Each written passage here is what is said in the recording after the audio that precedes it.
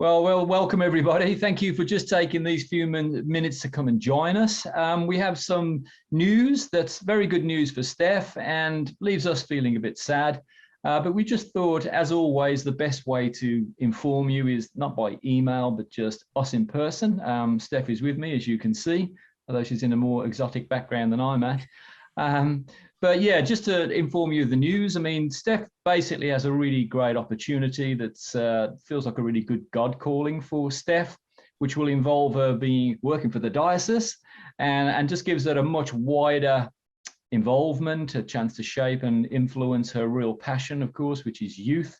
So she will be involved in the AYM, the Anglican Youth Ministries, which she's already involved in, but this is a much bigger opportunity. Steph will tell you all about that in a moment, and a chance to reflect on her time here at St. George's.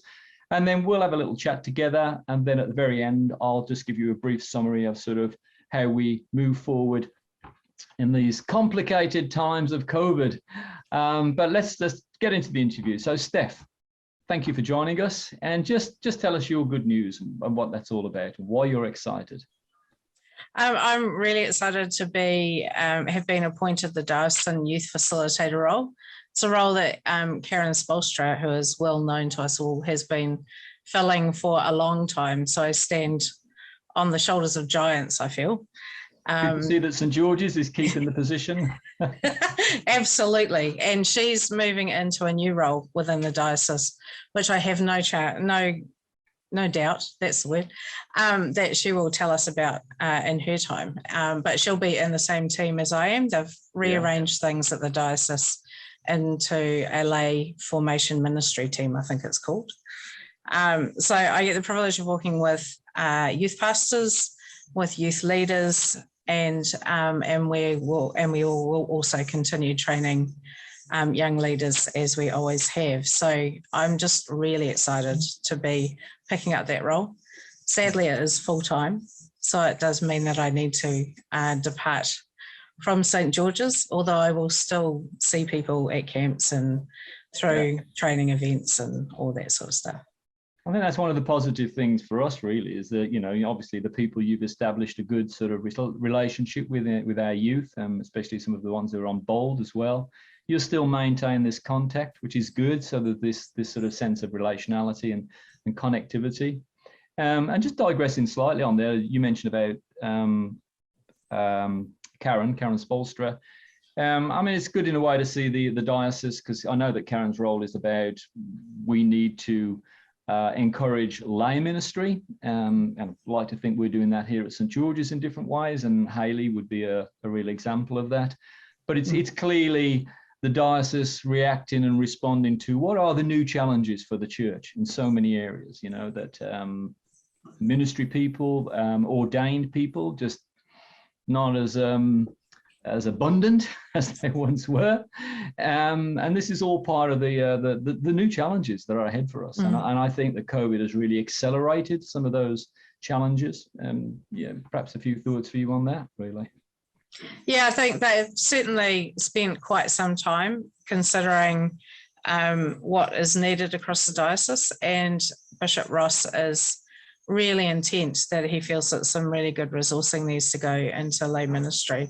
Just coming back a bit, Steph, I mean, just some of your reflections. I mean, obviously we thank you for what you've done.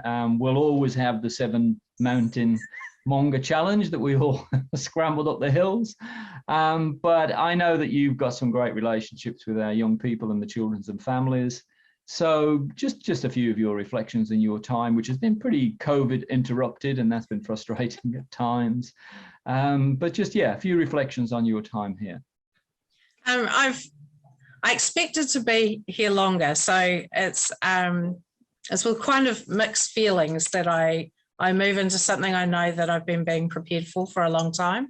Yeah. But I've loved the culture of St. George's, with the youth in particular have a real sense of family around them. They're really comfortable with each other. They really love God, and I love to see that in young people. because it's just the spectacular thing that even when the world falls apart and they're doubting their faith, that will hold them through and carry them through. The 7 Mountains Challenge was definitely something that I won't forget. And it was great to see so much of the congregation join in with the youth and go, yeah, I can get in amongst it. I love that, we got to get snow camp and summer camp in the first year I was with us. And I'm really, really proud of our young people and our children actually for sticking with Zoom for almost 6 months of last year. To keep coming back and to keep connecting with each other in a medium that gets kind of tiring is actually huge credit to them, to want to be together and want to find God. And they've learned how to pray in a really weird electronic world, and they've kept their relationships going, and we've had a lot of fun. And there are lots of memories from our Zoom times. So it's been a joy. I think that's something we can all take heart from. I know I do personally, because obviously this has been such a chop and change year, and you just begin to make some plans and then it's all off. It's all been thwarted, and we've had to be very agile and adapt, and just. But you can do that when you've got a good spirit and a good heart amongst the whole community, but our young people and our children. And I think that really came through in the whole online, the Christmas in particular. I just think that's the encouragement for me. I think it can be an encouragement for all of our community that, this is another challenge, but life's full of challenges, especially at this moment in time. But I've really been impressed by the young people, and I just think we've got great young people who love God, and with that, all things are possible. Absolutely. And of course, Callum. I've got to mention Callum again, because when we were trying to find someone who you became a couple of years ago, we had Oscar and Callum, and Oscar's gone off to into the big world, but Callum has been here as well, and he's had a cup of coffee with him the other morning. So I do want to again publicly acknowledge Callum and all that he brings, and he's still here. So there's a great sort of solid foundation of how we move forward. Callum I've just loved the way that he's continued. He's tenacious, and he just keeps continuing to walk and to seek God even when things are hard. And he's really grown a lot in this last year. And I've just been so grateful for his faithfulness as we've navigated all sorts of interesting waters. And he finds it really hard to be on Zoom, and faithfully he just does it. To the point that actually this term, as we met to plan this term, when I suggested that maybe we do Zoom every fortnight and in person every fortnight, just to make sure that youth ministry could be sustained and that none of the leaders got too bogged down, he was like, yep, that's fine. Well, let's do that. And I just think that's awesome. Yeah. That, his love for our young people is amazing.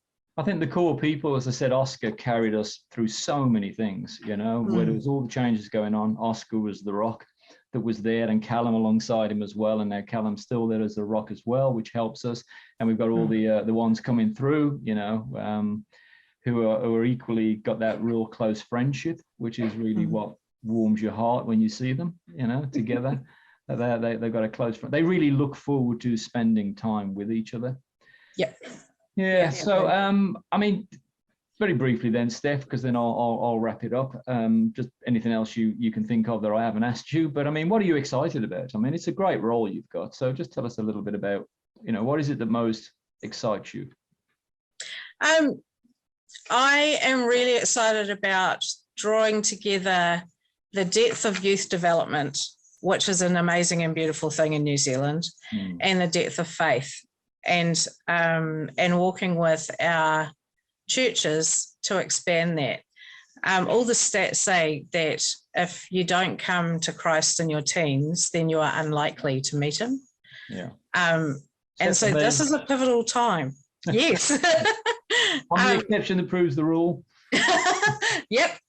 But the stats are all, and we are not growing our youth groups. We are holding them, or we're watching them shrink. And my heart is for them to grow, but that they grow sustainably. And in my ministry experience, I've always found that God doesn't send me more kids than I've got leaders for. Yeah. So if we don't have the leaders, then we don't have the kids.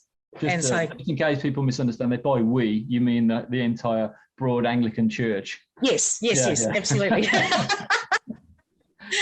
I really feel that, there are young people out there and they're dying too early, and they're not discovering how beloved they are. Yeah. And I'm not, I am pastoral, I'm not an evangelist, but I really care about young people and I care about their leaders. And so being able to walk with them, being able to talk with vicars and see how we can make youth ministry happen, being able to run slightly mental camps and other activities for them, that's just going to be a joy. And actually it's not for, it's with them. So yeah, I'm looking forward to the challenge, but I also am so stoked that I still get to hang out with St. George's and Papakura and Bucklands Beach and all the other churches that I've got good relationships with. Thanks, Steph. Just to say, obviously, publicly here, thanks so much for all that you've done here at St. George's. It's been great. And I've personally enjoyed our chats where we've sat in the office and put the world to rights. Absolutely. It's been great to get together. We wish you well, obviously. We'll pray for you. We will, before you go, you're not going till March. So we thank you for that you're giving a bit of time here at St. George's as we try and do the handover.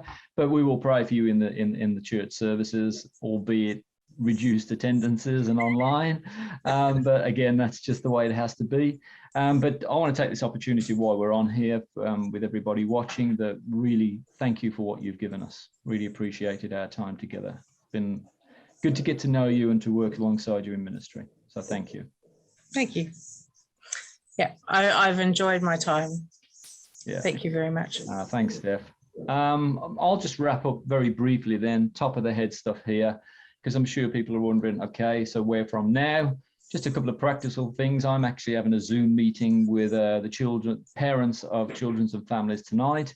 The point of that will just be to garner thoughts and feedback, just get a sense. I want to hear from the parents and families, their feelings and thoughts about how we negotiate the complicated path forward at the moment for the foreseeable future, of course, with COVID, which does complicate many aspects of how we do this. But for me, a conversation with the people involved is always the first step. Want to hear what you think. I've drafted a letter today that will go out there. And in a way, the letter reflects how we're approaching this, because as you know, twice last year, we advertised for a priest associate. As is the landscape out there, there wasn't a lot of replies. And it's not just we want someone to fulfill a role, it has to be the right person for them. It has to fit them and fit St. George's, and there wasn't, but doesn't mean we've stopped. And so we've got here a priest associate role that in some way could be part of that remit, could be sort of looking after and paying close attention to all things youth and children and families. But we could do what we did with Steph. We looked for a long time for a youth person and a children's and families, and there was nobody out there. And then Steph came along and had the qualifications for both. So that's what we did. So that gives you an idea of the adaptability that we have to have here. There is no specific set thing. We just know that we need certain kinds of people to enrich and nourish all of these areas. And we have no preconceived ideas. We're going to put it out there, trusting God. And then we'll see, if anyone's being prompted by God in any of these areas, and then we can sort of start to talk about what this might look like for them and for us. Because I think if we just go, right, we want someone in this area for 20-something hours, that in itself immediately cancels out a whole lot of people who have to move to Auckland or pay bills in Auckland, find rent in Auckland. There are numerous ways in which you can immediately reduce the demographic. And I think at this stage, part of the creativity of how we adapt is that we keep that flexible and open. And let's just look for people who are feeling called or prompted to any of these particular positions, and we take it from there. So I think that's the sentence that captures our general approach. But we are upbeat, and I'm not just saying that as a public relations move. I've been in church ministry long enough to know that A, it's incredibly challenging. B, we have a passion for what we do. You know what we want to do. We want to reach the people who, for whatever reason, no longer reach out and connect with church at whatever age. And I feel as passionate and as upbeat and as enthusiastic about this as ever. And I just think we as a church at St. George's are in a whole lot of better position than many churches to move forward in this. So with God, all things are possible. And I think that has to be always at the very heart of all our prayers. But we would value everyone to pray for Steph as she moves into a new opportunity, and pray that someone somewhere, the Spirit will be prompting them and they can come and be part of this wonderful St. George's community as we move forward. So that's kind of where we're up to. Thank you for taking the time to listen. And call me, contact us if there's anything you want to chat about. But yeah, we just would love you to keep up the prayers. Thank you, Steph, very much for being with us. And we'll see you Sunday. Yeah, take care. Absolutely. Yeah. Thanks, Steph. God bless. And thank you, everybody. God bless.